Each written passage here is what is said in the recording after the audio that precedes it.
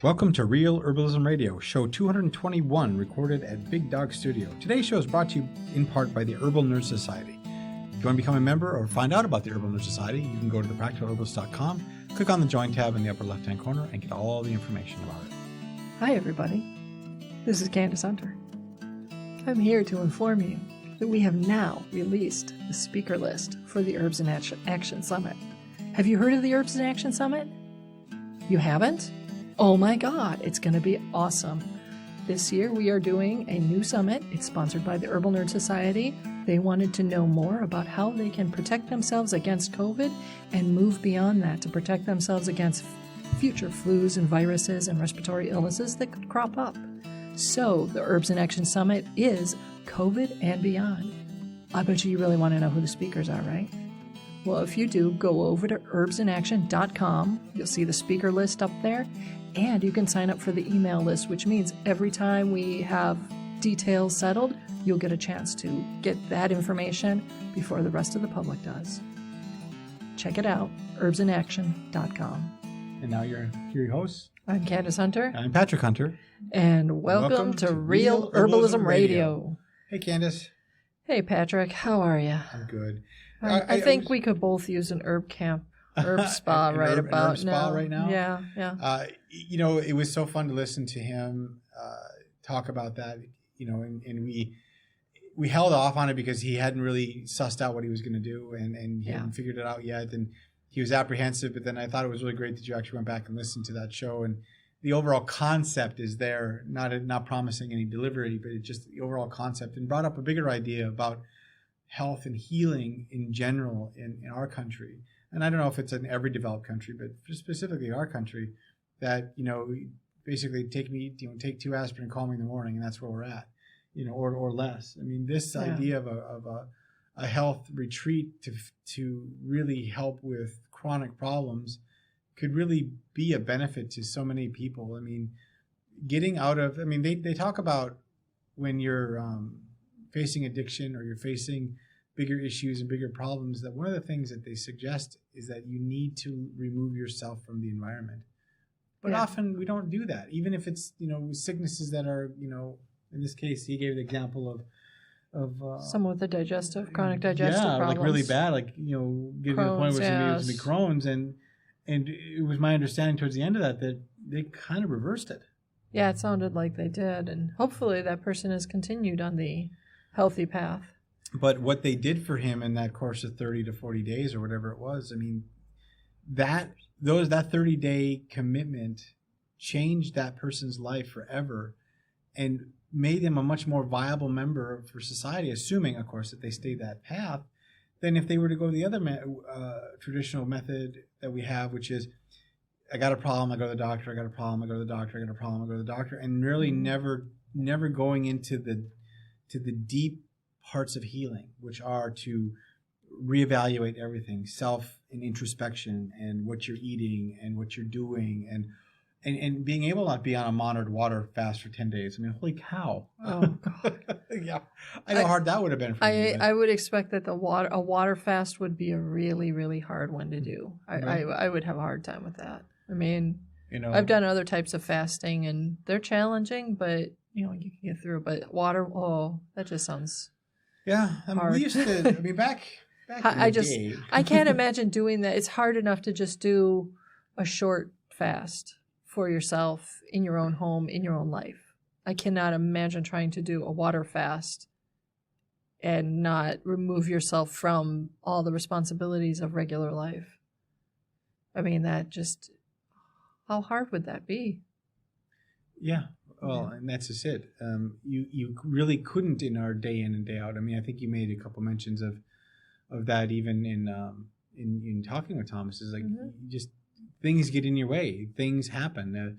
The company retreat, the office party, this, that, the other. You have to be really dedicated to making that decision and making that choice to do it. Even when I've done the 10-day shreds that we've done, or even more recently, both you and I have given up meat. We've gone to a plant-based diet.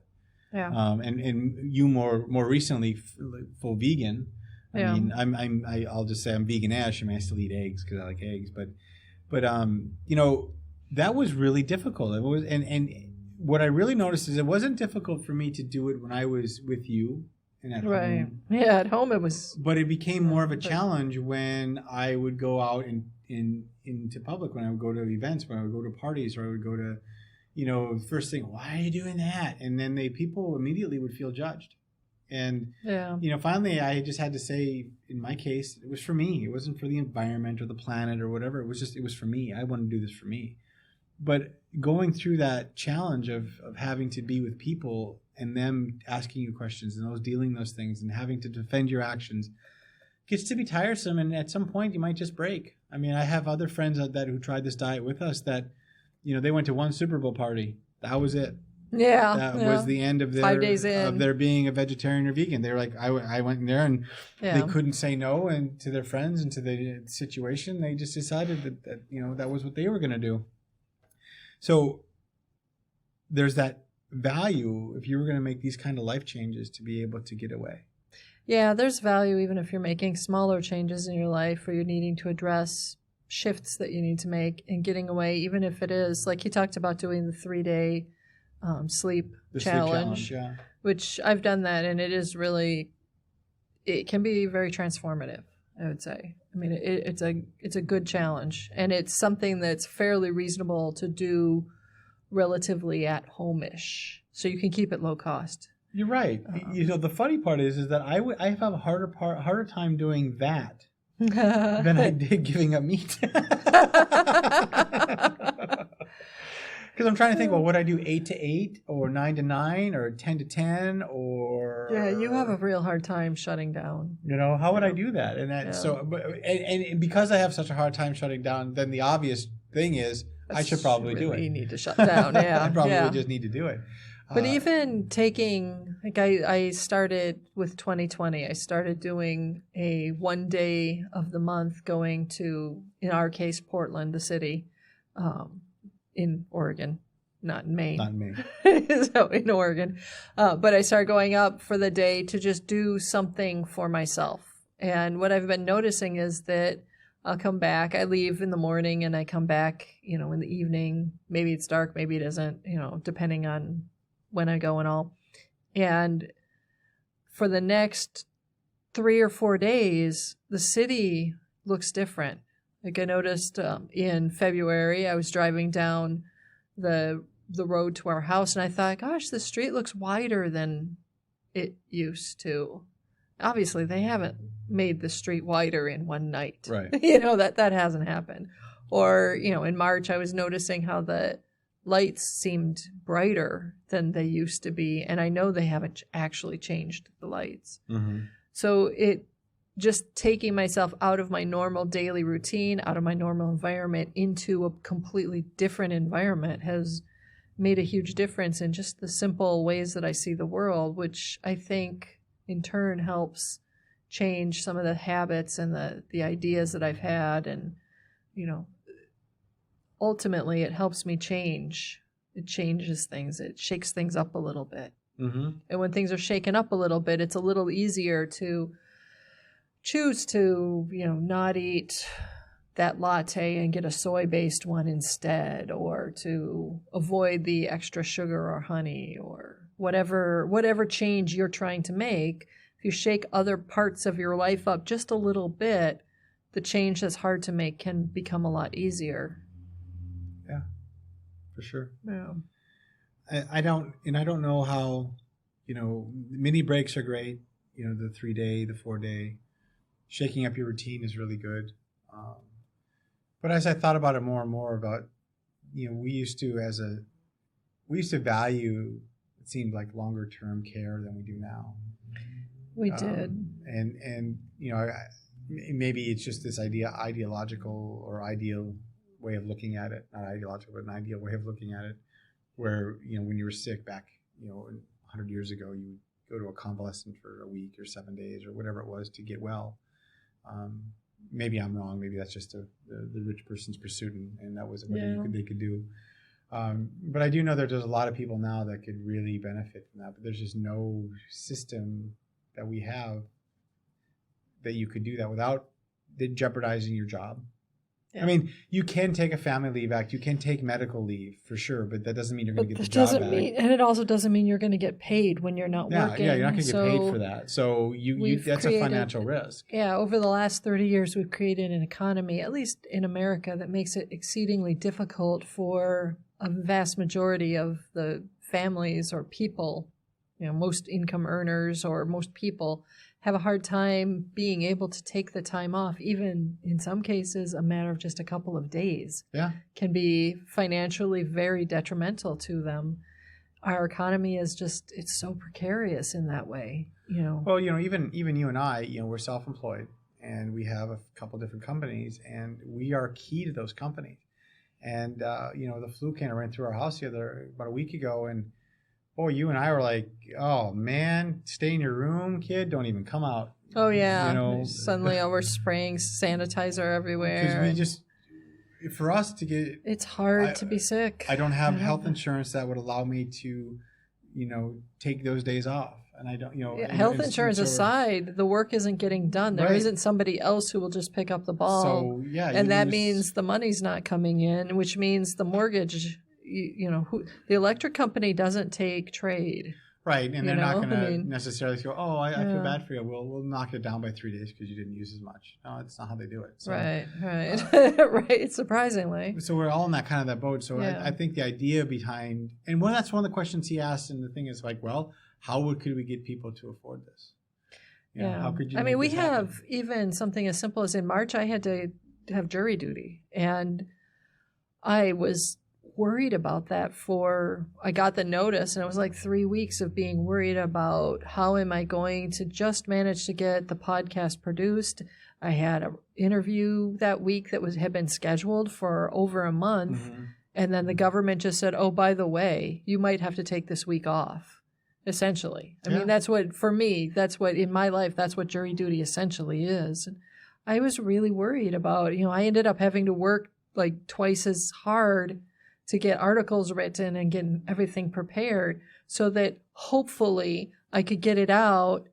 It would be late each day, or I can maybe try to get it out, before I had to get to the courthouse. So at 6 a.m. I could publish things.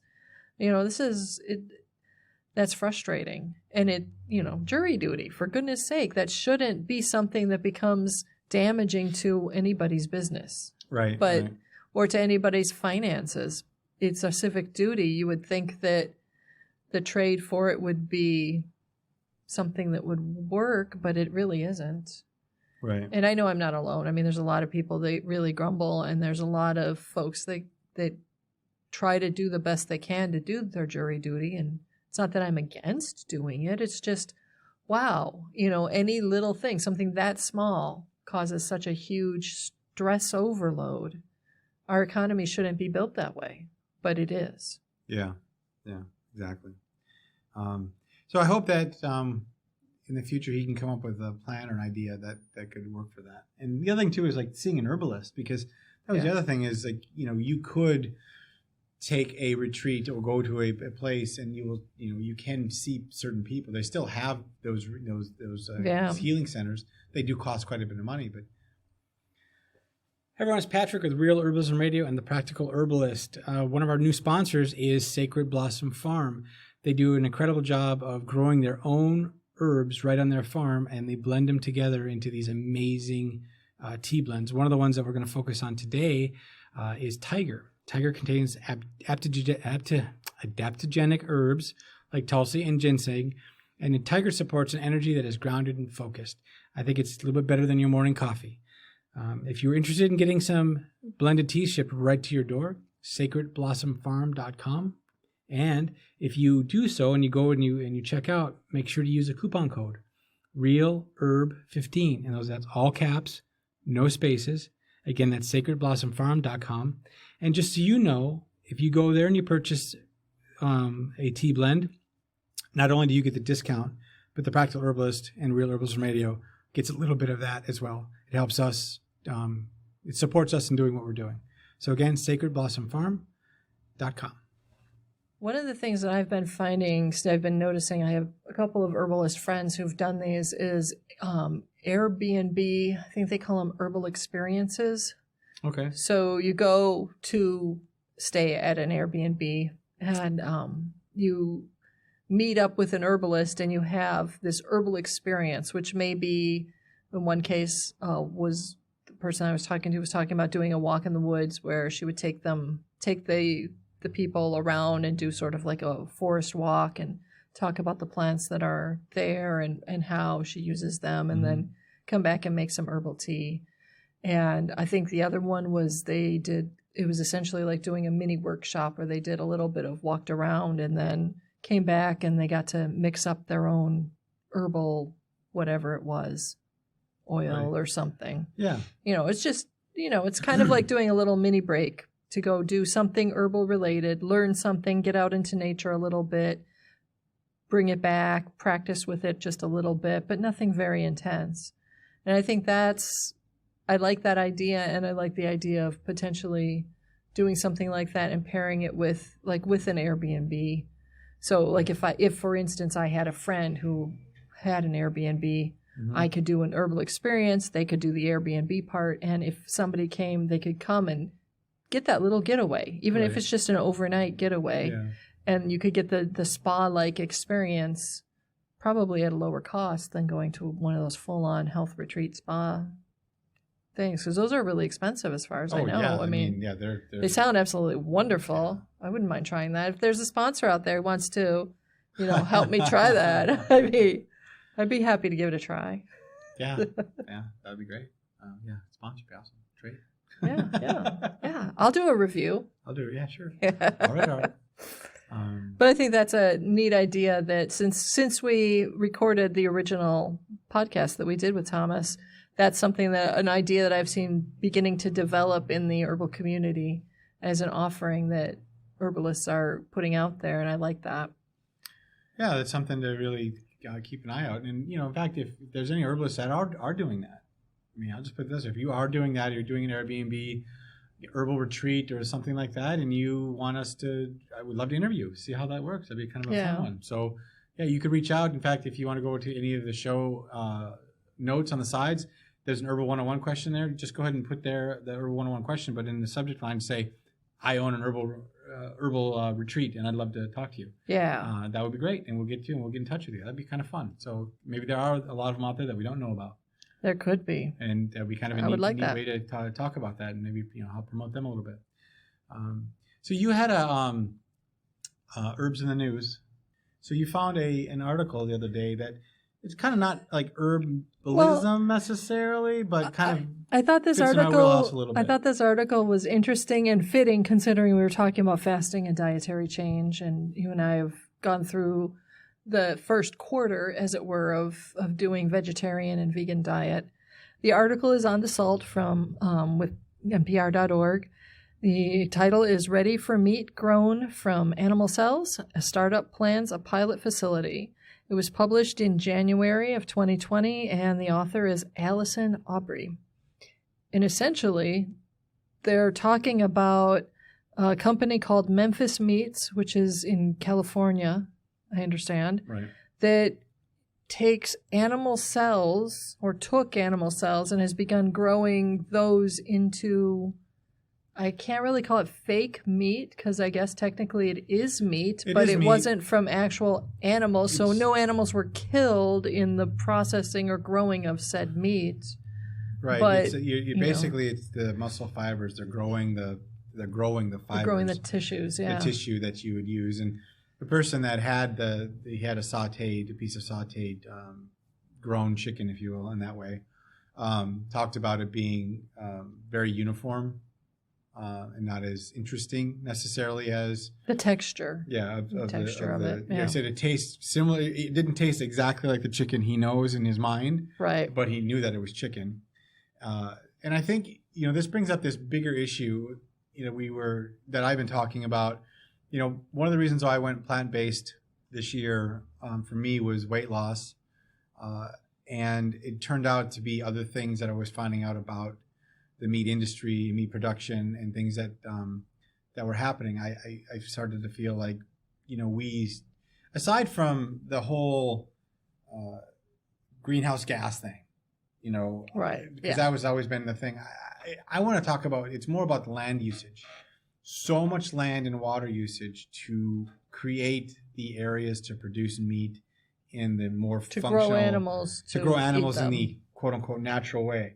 Now I know why these guys are doing this, and I think even to Candace, you said at the end of that article, there's a whole bunch of other companies that are doing this because if they can find this secret sauce to grow meat in labs and then in a production facility that is a quarter of the size of a feedlot, you don't have the waste, you don't have the animal byproduct, you don't have all of these things. And obviously, as we're going forward, this is definitely an option that we're going to see. And I think people are going to be more apt to say, I'll eat that chicken than I will grasshoppers or crickets for my protein, or even giving up meat in general. Yeah, so that's the part where I look at it and I say, well, you don't have to eat bugs if you don't want to. You could just eat plants and you'll get all the protein you need. No problem. Right. That's the easy part, actually. The hard part is getting your B vitamins. And, if you just eat some mushrooms, you'll be fine. Right. And I mean, even like I was looking at I had oat milk today with the shake that I had at lunch. And the oat milk was fortified. 25% of my daily allowance of B12 is in there.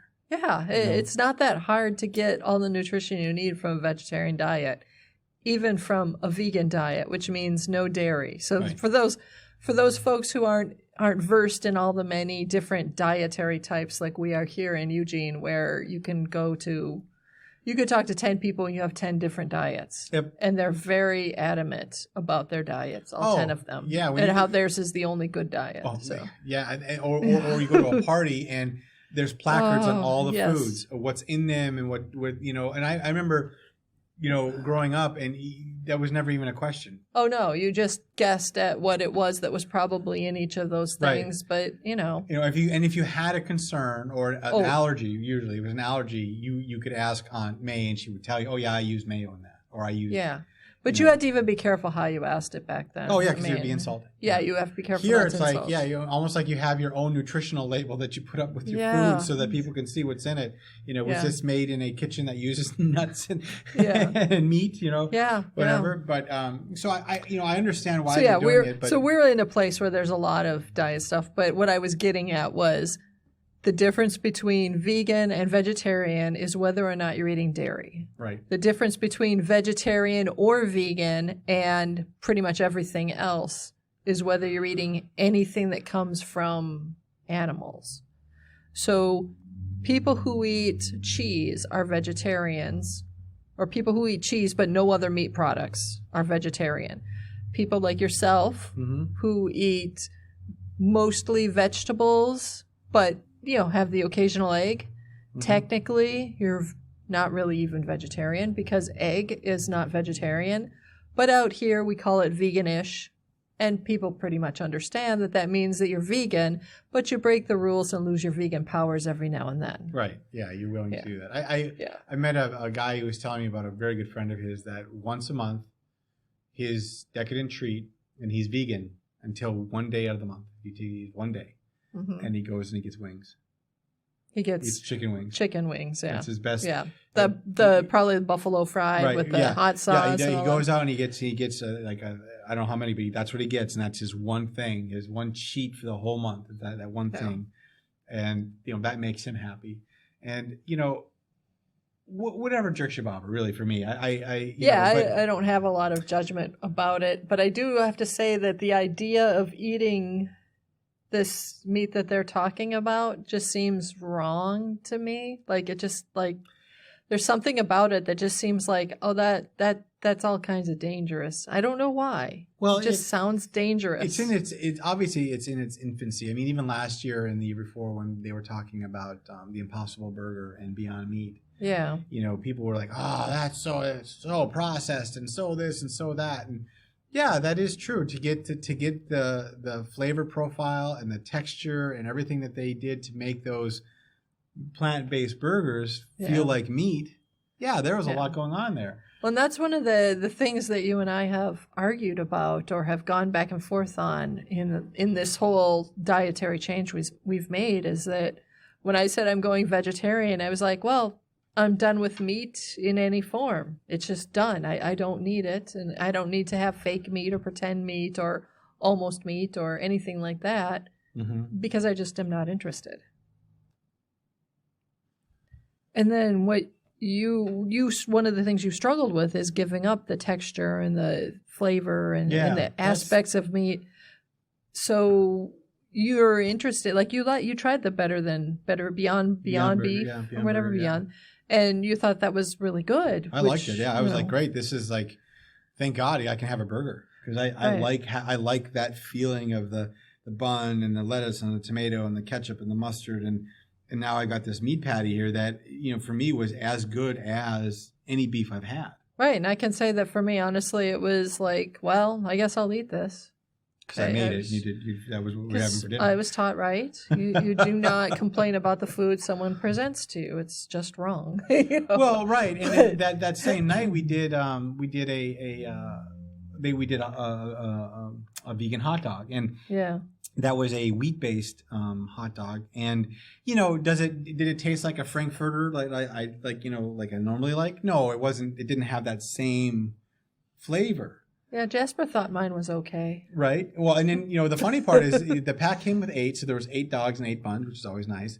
And I was going to have one of the dogs the next morning, as part of my breakfast, if you will. And I went to go find it. I'm like, well, where are those 4 dogs? And it turns out my son ate them because he liked them that much. So yeah, but that's for you guys, the idea of meat is something that you didn't really, there's some aspects of it you didn't want to give up. So maybe this new meat that they're talking about growing from cells could be a possible good substitute. I don't know. Well, I don't think in this situation this is much of a substitute because it is meat.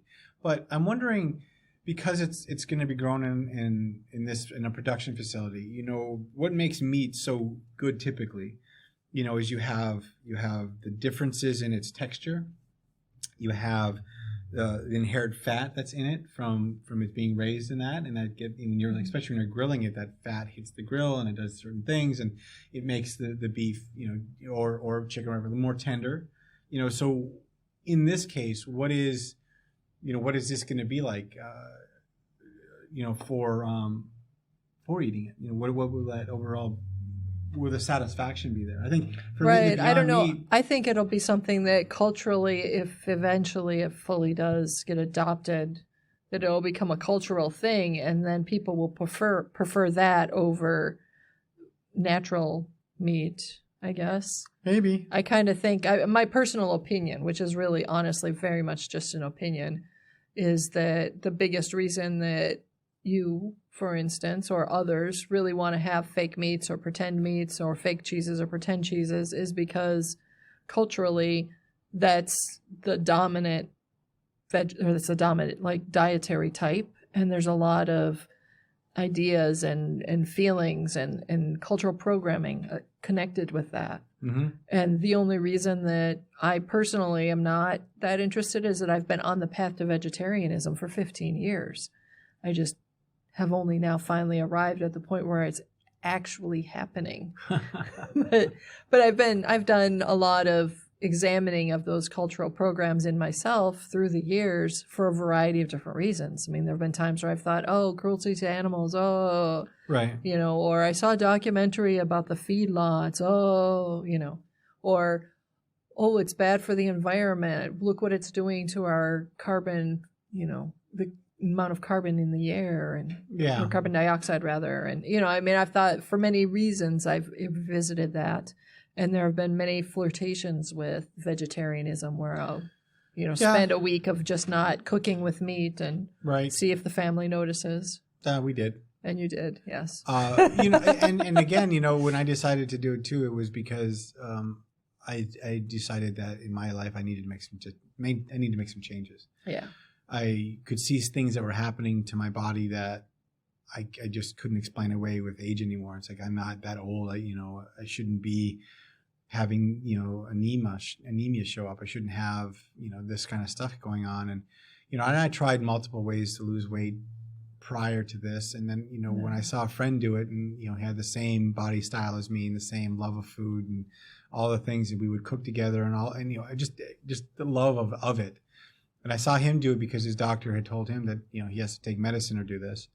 That's when I said, I think I'm going to make a change, and I'm going to try it for 6 months and see where I end up. And, for me already, I've noticed massive changes, including the benefit of weight loss. I've lost 25 pounds in the course of 8 weeks. Yeah, it's actually probably even more than that by now. But, yeah, probably more. As of your last weigh-in. As my last weigh-in, but, and the funny thing is, you don't know what 25 pounds feels like on your body until you pick it up by itself. Yeah, like pick up a barbell. That's 25 pounds. You're like, oh, that's a lot. Gee, I've been lugging this around for the last however. Yeah. So anyway, so do it for yourself. Don't do it for yourself. Just figure out what makes you right. I think, obviously there's some big money and big investors behind this product.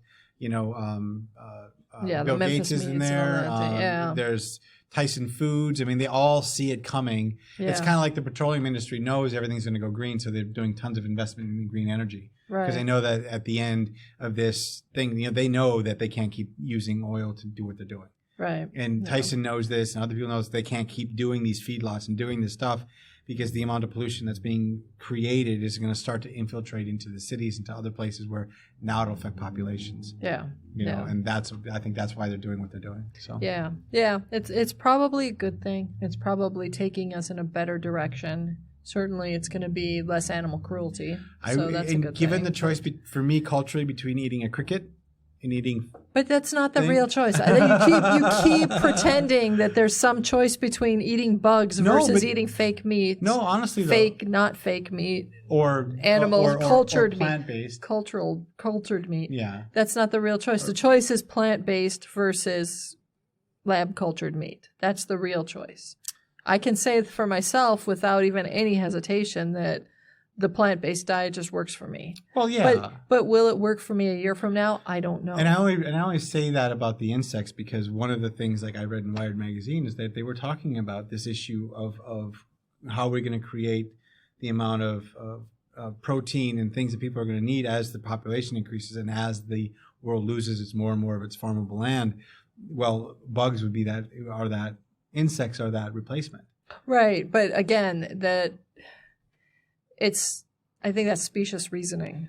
I mean, if plants give you all the protein you need if you eat a balanced plant-based diet. You can get it, no problem. It might be the choice of somebody might say, spinach or a cricket. It's not spinach or a cricket. It's feedlot or crickets. That's the choice that you're actually talking about is do I eat bugs or do I eat feedlot animals? That's the real choice. If bugs are part of the question, then that's the real choice. All right. If you take bugs out of the question and realize that by reducing the amount of meat that you eat and going more plant-based, you don't have to give up the meat entirely if you don't want to. But if you go much more plant-based, then you're opening up an awful lot of land and water and resources to plants. So, that's true. And actually plants could actually come in and really help to mitigate the damages of large feedlots. That's what they would do. Yeah, and they do a lot of carbon sequestering. So, right. But that's not why I'm doing it. I'm just doing it because it seemed like the right thing to do for me. So, yeah, exactly. All right. Hey, so thanks for listening, and give us a review on Apple iTunes or Stitcher or Podomatic or Spotify, wherever you get your podcasts, and we would really appreciate it. So until next time, put an herb on it. The statements made about herbs and products on this podcast have not been evaluated by the United States Food and Drug Administration, FDA, and are not intended to diagnose, treat, cure, or prevent disease. All information provided on this podcast or any affiliated websites is for informational purposes only and is not intended as a substitute for advice from your physician or other healthcare professional. You should not use the information on this podcast and its affiliated websites for a diagnosis or treatment of any health problem. Always consult with a healthcare professional before starting any new vitamins, supplements, diet, or exercise program before taking any medication, or if you have or suspect you might have a health problem. Any testimonials, questions, or case studies are based on individual results and do not constitute a guarantee that you will achieve the same results.